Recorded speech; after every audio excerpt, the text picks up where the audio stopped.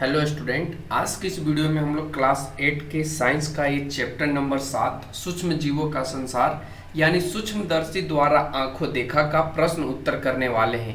ये पूर्णतः Bihar board special है, यानी बिहार बोर्ड स्पेशल में हम लोग आंसर क्वेश्चन कर रहे हैं क्लास 8 के साइंस का, और उसमें ये चैप्टर नंबर 7 है। इसमें सभी हम लोग अभ्यास के जो भी प्रश्न है उसका उत्तर करेंगे।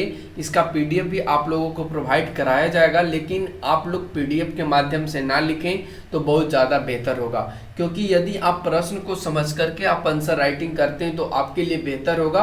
आप आंसर राइटिंग करने में आपको कोई गड़बड़ी नहीं होगी। अगर आप पीडीएफ के माध्यम से हूबहू देखकर लिखना चाहते हैं तो ये आपके लिए और आपके आने वाले एग्जाम के लिए बहुत ज़्यादा खतरनाक साबित हो सकता है, क्योंकि आपको तो याद उस टाइम तक रहेगा भी नहीं, लेकिन अगर आप खुद से आंसर राइटिंग करते हैं तो आपको याद रहेगा और साथ में हर एक पॉइंट को आप देखते हुए और समझते हुए भी चलिएगा। तो चलिए आज के इस वीडियो में हम लोग बात करते हैं क्लास 8 के साइंस का चैप्टर नंबर 7 सूक्ष्म जीवों का संसार सूक्ष्मदर्शी द्वारा आंखों देखा। तो चलिए यहाँ पे क्वेश्चन फर्स्ट आपको पूछा गया है जो आपके लिए वैकल्पिक है, यानी कि ऑब्जेक्टिव क्वेश्चन है। और ऑब्जेक्टिव में क्वेश्चन नंबर देखिए फर्स्ट कहता है कि सूक्ष्म जीव जो परपोषी में गुणन करता है, क्या वो जीवाणु होता है, क्या वो विषाणु होता है, क्या वो कवक होता है, क्या वो प्रोटोजोआ होता है। तो ये चार ऑप्शंस आपके सामने हैं। आपको बताना है कि सूक्ष्म जीव जो परपोषी में गुणन करता है वो कौन सा होता है। तो ऑप्शंस के अकॉर्डिंग आपको ध्यान देना है। तो थोड़ा सा हम आपको यहाँ पे समझाना चाहेंगे कि परपोषी का मतलब होता है दूसरों पर। ठीक है, परपोषी का मतलब होता है, परपोषी का मतलब होता है दूसरों पर। ठीक है, तो दूसरों पर वो कौन सा सूक्ष्म जीव होगा जो दूसरे पर आश्रित होता है। तो ऑप्शंस के अकॉर्डिंग ऑप्शन आपका घ हो जाएगा, यानी ऑप्शन 4 होगा विषाणु।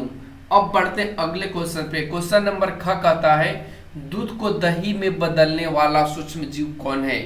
दूध को दही में बदलने वाला सूक्ष्म जीव कौन है।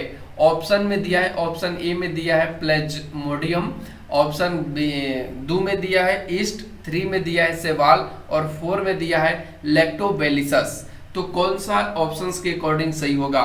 तो आप सभी को पता होगा कि दूध से दही बनने के लिए सूक्ष्म जीव की जरूरत होती है, और वो सूक्ष्म जीव आपका कौन सा है, लैक्टोबैलिसस। तो इसका सही जवाब होगा ऑप्शन घ। अगले क्वेश्चन पे चलते हैं। अगला क्वेश्चन कहता है मलेरिया रोग का कारण है, यानी इस क्वेश्चन में पूछा गया है कि मलेरिया रोग किसके कारण होता है। ऑप्शंस यहाँ पे दिए गए हैं। ऑप्शन ए में बात करें तो प्रोटोजोआ दिया है, 2 में दिया है विषाणु, 3 में जीवाणु और 4 में कवक। तो मलेरिया किसके द्वारा होता है, आप सभी पढ़े भी होंगे। मलेरिया एक मच्छर के द्वारा होता है, और वो कौन सा मच्छर होता है या किसके कारण होता है। तो आप इसका जवाब कमेंट सेक्शन में बताइए, क्योंकि ये बहुत ज़्यादा कॉमन है और ये सभी लोग जानते हैं। ठीक है, तो इसका आप जवाब कमेंट सेक्शन में दे करके बताइएगा। चलते अगले क्वेश्चन पे। अगला क्वेश्चन कहता है कि चीनी को एल्कोहल में परिवर्तित करने वाला प्रक्रम कहलाता है। चीनी को एल्कोहल में बदलने का जो प्रक्रम है वो क्या कहलाता है, ये आपसे पूछा गया है। ऑप्शन में दिया गया है संदूषण, ऑप्शन 2 में दिया गया किण्वन, ऑप्शन 3 में दिया गया है परिरक्षण और ऑप्शन घ में दिया गया संक्रमण। तो आप सभी को पता होगा कि ये जो परिरक्षण है, संक्रमण है, ये सभी रोगों का कारण है। तो इसका सही जवाब कौन सा हो जाएगा, ऑप्शन 2 किण्वन विधि के द्वारा या किण्वन प्रक्रम के द्वारा चीनी को एल्कोहल में बदला जाता है। अगले क्वेश्चन पे बढ़ते हैं। अगला क्वेश्चन कहता है यहाँ पे खाली स्थानों की पूर्ति कीजिए। आपको यहाँ पे क्वेश्चन दिए गए हैं और उसमें खाली स्थान भी दिए गए हैं। तो आप इन प्रश्नों को खाली स्थान को भर देना है, इन प्रश्नों में जो खाली स्थान दिए गए हैं। तो चलिए क्वेश्चन में फर्स्ट क्वेश्चन को पढ़ते हैं। फर्स्ट क्वेश्चन कहता है कि विशेष यंत्र खाली जगह का उपयोग सूक्ष्म जीवों को देखने के लिए किया जाता है। तो जो विशेष यंत्र सूक्ष्मदर्शी है, यहाँ पे क्या भरा जाएगा, सूक्ष्मदर्शी। ठीक है, क्योंकि हम लोग सूक्ष्मदर्शी का ही प्रयोग सूक्ष्म जीवों को देखने के लिए ही करते हैं। ख में कहता है कि दलहनी पौधों की जड़ों में खाली जगह जीवाणु रहता है। तो दलहनी पौधों की जड़ों में जो जीवाणु रहता है उसका नाम है राइजोबियम। तो लिख देंगे यहाँ पे राइजोबियम। ठीक है, आप यहाँ पे लिख देंगे राइजोबियम। यहाँ पे ऐसे लिख देते हैं राइजोबियम। सॉरी यहाँ पे राइजोबियम, ठीक है, राइजोबियम। अगला क्वेश्चन बढ़ते हैं। क्वेश्चन ग कहता है कि पोलियो खाली जगह के कारण होता है। तो पोलियो किसके कारण होता है? तो ये आपका विषाणु के कारण होता है। तो यहाँ पे आप क्या भर देंगे? विषाणु। फिर उसके बाद 4 में कहता है मलेरिया परजीवी का वाहक खाली जगह मच्छर है। तो मलेरिया परजीवी का जो वाहक होता है उसका नाम होता है मादा एनोफिलिस। लिख देंगे यहाँ पे मादा एनोफिलिस, ठीक है। ये आपका मच्छर होता है जो मलेरिया को आगे की ओर बढ़ाता है या मलेरिया के जो लक्षण है उसको आगे की ओर संक्रमित करता है। अगला क्वेश्चन है, क्वेश्चन नंबर 11 में पूछा गया कि सिरका का उत्पादन खाली जगह नामक सूक्ष्म जीव की सहायता से होता है। यानी सिरका का उत्पादन हम लोग किसके कौन से जीव की सहायता से करते हैं? तो ये आपका जो जीव है उसका नाम है ईस्ट। तो यहाँ पे क्या भरा जाएगा? ईस्ट। अब बढ़ते अगले क्वेश्चन पे। अगला क्वेश्चन में आपको सही गलत का निशान लगाना है। जो प्रश्न सही है उसके सामने सही का चिन्ह लगाए और जो गलत है उसके सामने गलत का चिन्ह लगाना है। जैसे फर्स्ट क्वेश्चन में देखिए यहाँ पे पूछा गया है सूक्ष्म जीव केवल मिट्टी में पाए जाते हैं। तो ये आपका बिल्कुल कथन गलत है। सूक्ष्म जीव केवल मिट्टी में ही नहीं पाए जाते हैं, पेड़ पौधों में भी पाए जाते हैं, हम लोगों में भी पाए जाते हैं, मनुष्य में भी पाए जाते हैं। तो इसका गलत जवाब यहाँ पे है। अगला क्वेश्चन कहता है सूक्ष्म जीवों को हम नंगी आंखों से देख सकते हैं। तो सूक्ष्म जीव को कुछ ऐसे सूक्ष्म जीव हैं जिसको देख सकते हैं, लेकिन बहुत सारे ऐसे सूक्ष्म जीव हैं जिसको हम लोग नंगी आंखों से नहीं देख सकते। नंगी आंखों कहने का मतलब खुली आंखों से, ठीक है, बिना किसी चश्मे का यहाँ पे बात करा है। तो ये आपका बिल्कुल गलत हो जाएगा। फिर अगला क्वेश्चन कहता है कि डेंगू मादा मच्छर एडिस के काटने से होता है। डेंगू मादा मच्छर एडिस के काटने से होता है। तो ये बिल्कुल सही है। एडिस मच्छर जब काटेगा तो आपको क्या हो जाएगा? डेंगू हो जाएगा। डेंगू हो जाएगा। मादा मच्छर एडिस काटने से डेंगू क्या बीमारी मनुष्यों में हो जाता है। तो ये आपका बिल्कुल सही है। फिर उसके बाद कहते हैं कि मादा एनोफिलिस मच्छर मलेरिया परजीवी का वाहक है। ये भी बिल्कुल सही है। मलेरिया जो होता है वो मादा एनोफिलिस के कारण ही होता है। बढ़ते अगले क्वेश्चन पे। अगला कहता है कि ईस्ट एक शैवाल है। ये बिल्कुल गलत है। ईस्ट शैवाल नहीं है। अभी हमने आपको पढ़ाया भी है, ईस्ट आपका शैवाल नहीं है। तो ये आपका गलत कथन हो जाएगा। अगला क्वेश्चन है कि चेचक के टीके की खोज एडवर्ड जेनर ने की थी। ये बिल्कुल सही है। टीके की खोज एडवर्ड जेनर ने ही किया है। फिर उसके बाद 7वें नंबर क्वेश्चन पे आइए। तो 7वां नंबर क्वेश्चन कहता है कि वायुमंडलीय नाइट्रोजन के स्थिरीकरण से मिट्टी की उर्वरता घटती है। तो ये बिल्कुल गलत है। वायुमंडलीय जो नाइट्रोजन है इसकी स्थिरीकरण से उर्वरता बिल्कुल नहीं घटती है। तो यहाँ पे आपका गलत का चिन्ह हो जाएगा। फिर उसके बाद कहता है टाइफाइड विषाणु से होने वाला रोग है। तो ये गलत है। ये विषाणु से होने वाला रोग नहीं है। लेकिन आप लोग कमेंट सेक्शन में बताइएगा कि टाइफाइड किसके कारण होता है, यानी कौन से सूक्ष्म जीव के कारण टाइफाइड होता है। बढ़ते अगले क्वेश्चन पे। अगला क्वेश्चन में आपको कॉलम 1 को कॉलम 2 से मिलान करना है। एक कॉलम में आपको दिए गए हैं और दूसरा कॉलम में आपको उसका प्रक्रिया को दिखाया गया है। तो आपको ये बताना है। तो चलिए हम लोग अब यहाँ पे मिलान करते हैं। राइजोबियम। राइजोबियम क्या है? तो ये नाइट्रोजन को ये स्थिरीकरण करता है। प्लाज्मोडियम क्या है? प्लाज्मोडियम आपका क्या है? तो ये सिरका का निर्माण करता है, प्लाज्मोडियम। लैक्टोबैसिलस क्या है? तो ये दही को जमाता है। फिर उसके बाद किण्वन क्या है? तो ये किण्वन जो आपका है, किण्वन आपका क्या है यहाँ पे? किण्वन। तो किण्वन देखो यहाँ पे थोड़ा सा मिस्टेक हो गया बच्चों, ठीक है। यहाँ पे जो प्लाज्मोडियम है ना, प्लाज्मोडियम ये आपका मलेरिया का वाहक होता है, ठीक है। चलो हम फिर से आपको मिलवा देते हैं। यहाँ पे थोड़ा सा मिस्टेक हो गया हमसे। अब यहाँ पे चलिए देखिए राइजोबियम क्या है? तो ये नाइट्रोजन का स्थिरीकरण करता है। नाइट्रोजन क्या है? तो ये नाइट्रोजन राइजोबियम का ये नाइट्रोजन का स्थिरीकरण करता है। प्लाज्मोडियम जो है ये मलेरिया का वाहक होता है। फिर लैक्टोबैसिलस क्या है? तो ये आपका दही का जमना होता है। किण्वन क्या है? तो ये सिरका निर्माण की विधि है। फिर उसके बाद एंथ्रेक्स क्या है? तो एंथ्रेक्स आपका जंतु रोग है, यानी जंतुओं में होने वाला ये रोग है। तो इस तरीके से आपको यहाँ पे मिलाने थे। बढ़ते अब अगले क्वेश्चन पे। अगला क्वेश्चन यहाँ से आपको सब्जेक्टिव टाइप के आ गया है। आप यहाँ से इस प्रश्न को उत्तर लिख करके दीजिए। तो कहता है कि सूक्ष्म जीव को देखने के लिए एक विशेष यंत्र सूक्ष्मदर्शी की जरूरत होती है, ऐसा क्यों होती है? तो उत्तर में हमने लिखा है कि सूक्ष्मदर्शी एक ऐसा यंत्र होता है जिसकी सहायता से हम सूक्ष्म जीव या वस्तु को उसके वास्तविक आकार से कई गुना बड़ा करके देख सकते हैं। और सूक्ष्म जीव मिलीमीटर के हजारवें भाग, लाखवें भाग या उससे भी छोटे होते हैं। अतः इन्हें देखने के लिए सूक्ष्मदर्शी यंत्र की जरूरत पड़ती है।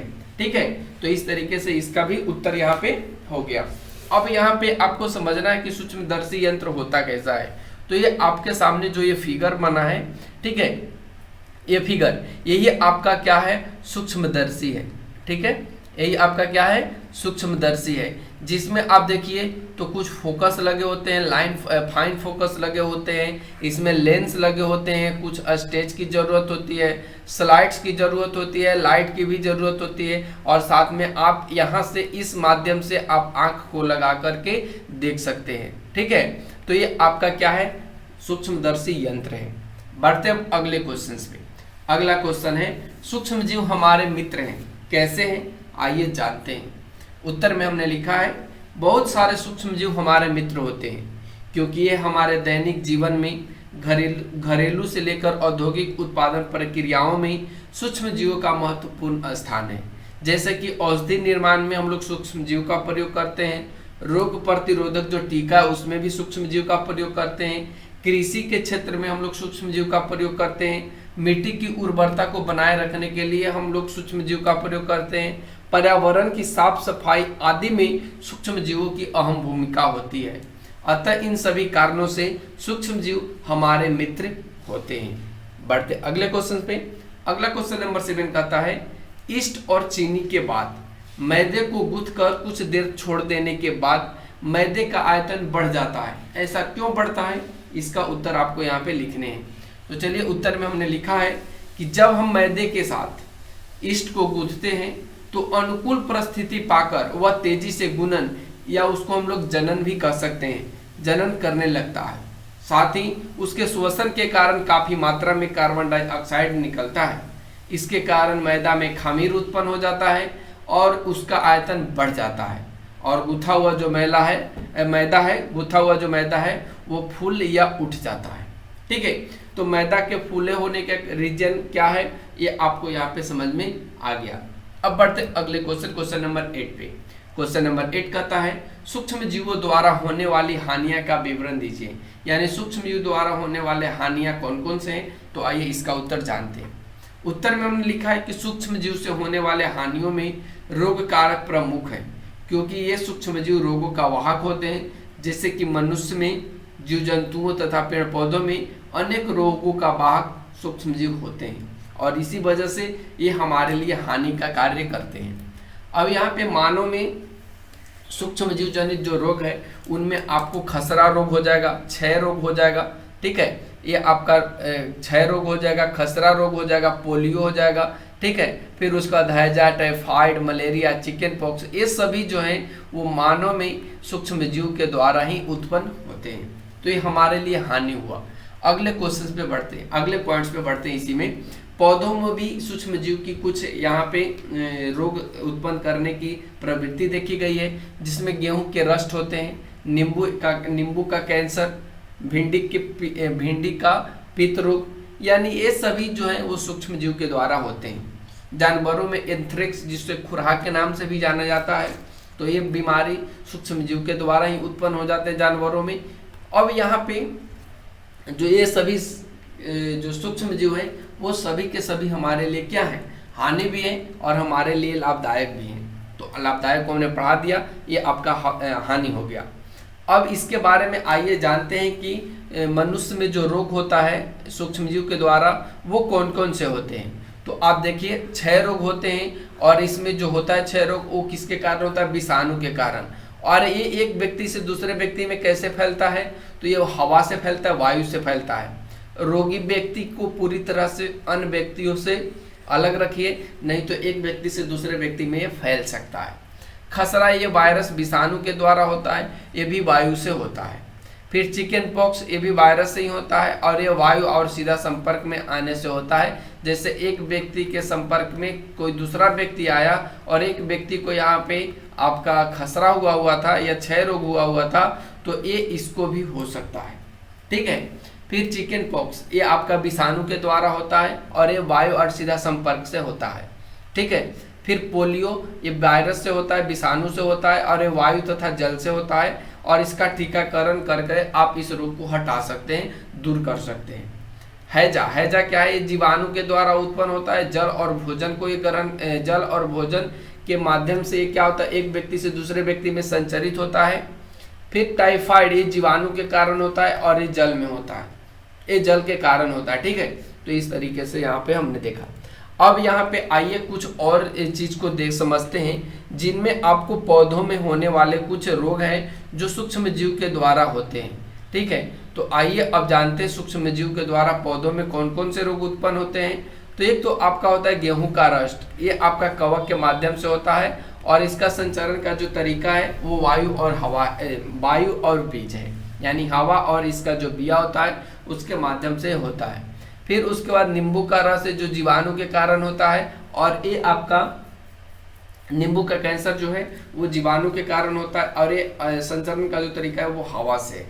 भिंडी का जो पित्त है ये वायरस के द्वारा होता है और एक कीट के माध्यम से एक से दूसरे में फैल जाता है, ठीक है। तो इस तरीके से हमने यहाँ पे आपको बताया है। अब अगले क्वेश्चन पे चलते हैं। अगला क्वेश्चन है नाइट्रोजन चक्र कैसे संचारित होता है, यानी नाइट्रोजन चक्र को कैसे समझा जाता है, तो इसके बारे में आपको लिखना है। हमने लिखा है यहाँ पे कि नाइट्रोजन सभी जीवों का आवश्यक संघटक है। यह सजीवों के शरीर में संश्लेषित होने वाले अनेक जटिल पदार्थों का अभिन्न अवयव होता है। सजीवों में यह प्रोटीन, विटामिन, न्यूक्लिक एसिड, पर्णहरित तथा क्लोरोफिल आदि में अनिवार्य रूप से उपस्थित होता है और इसका संचालन एक चक्र के माध्यम से समझा जा सकता है। यहाँ पे आपको एक चक्र दिए गए हैं, नाइट्रोजन चक्र दिया गया है और इस चक्र के माध्यम से आप नाइट्रोजन चक्र को समझ सकते हैं। ये आपका वायुमंडलीय यहाँ पे क्या हो गया, नाइट्रोजन हो गया। ये वायुमंडलीय नाइट्रोजन जो है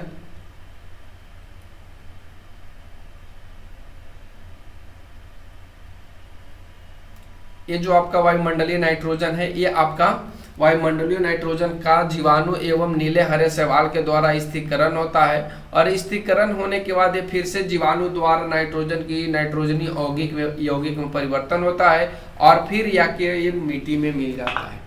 और उसी तरीके से हम वायु नाइट्रोजन का एक और रूप देखिए जो तड़ित द्वारा नाइट्रोजन स्थिरीकरण होता है। ये मिट्टी में आकर के क्या होता है, मिल जाता है और मिट्टी में क्या होता है, तो पौधों का अवशोषण होता है नाइट्रोजन का, ठीक है। ये पौधे क्या करते हैं, इसका अवशोषण करते हैं और इसके बाद जंतुओं के द्वारा इसे खा लिए जाते हैं पौधों को, और जब जंतुओं के द्वारा पौधे को खा लिए जाते हैं तो फिर से ये उत्सर्जन करता है उस जीव के मरने के बाद, और फिर से ये नाइट्रोजन अवशिष्ट इसी में आकर के जमा हो जाता है और फिर से ये जीवाणु द्वारा जो नाइट्रोजन यौगिक थे इसको गैस के रूप में परिवर्तन किया जाता है और फिर से ये वायुमंडल नाइट्रोजन के रूप में चला जाता है। तो इस तरीके से आप नाइट्रोजन चक्र को समझ सकते हैं, ठीक है। अब बढ़ते अगले क्वेश्चन, आज का आखिरी क्वेश्चन है क्वेश्चन नंबर 10। क्वेश्चन नंबर 10 देखिए यहाँ पे कहता है कि पौष्टिकरण से आप क्या समझते हैं, यानी पौष्टिकरण किसे कहते हैं इसको आपको समझना है। उत्तर में हमने लिखा है कि पौष्टिकरण दूध को सूक्ष्म जीव से मुक्त कराने वाली प्रक्रिया है जिसकी खोजना फ्रेंच वैज्ञानिक लुई पास्चर ने किया था तथा उन्हीं के नाम पर इस प्रक्रिया का नाम पौष्टिकरण रखा गया था। इस प्रक्रिया में दूध को 70 यहाँ पे को होगा, मो नहीं होगा, थोड़ा सा यहाँ पे मिस्टेक हो चुका है तो आप जरा सा ध्यान दे दीजिएगा। इस प्रक्रिया में दूध में 70 डिग्री पर 15 से 30 सेकेंड के लिए गर्म किया जाता है। फिर गर्म दूध को शीघ्रता से ठंडा कर भंडारित किया जाता है और ऐसा करने से दूध में उपस्थित जो सूक्ष्म जीव है वो नष्ट हो जाते हैं और बिना उबाले आप दूध को भी यूज कर में ला सकते हैं। तो इस तरीके से पौष्टिकरण का मतलब हमने आपको समझा दिया। कैसा लगा आज का ये वीडियो कमेंट सेक्शन में कमेंट करके जरूर बताना। Thanks for watching, take care, bye bye.